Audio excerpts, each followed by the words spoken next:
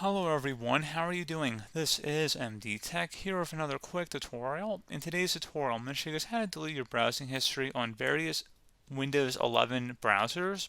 So this should hopefully be a pretty straightforward tutorial, guys, and without further ado, let's go ahead and jump right into it. So first one, let's go ahead and do with Google Chrome. So let's go ahead and open up Chrome.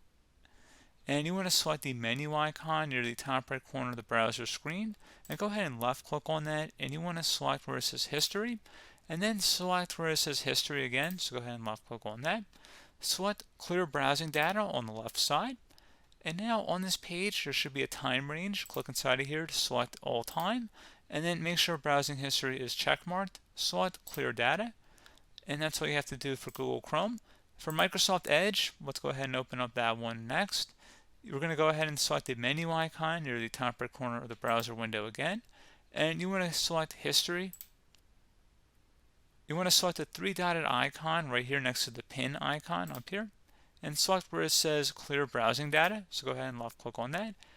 It'll launch another page, and then again select your time range. Make sure that history is checkmarked here. So again, we're going to go ahead and select our time range. Make sure browsing history is selected. Other ones are optional. Select clear now, and then just restart your browser, and that should hopefully be about it.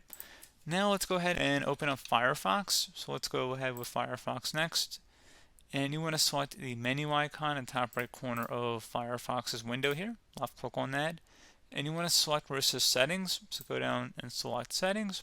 Select privacy and security on the left side, and then on the right side you want to go down to where it says history and select the clear history button.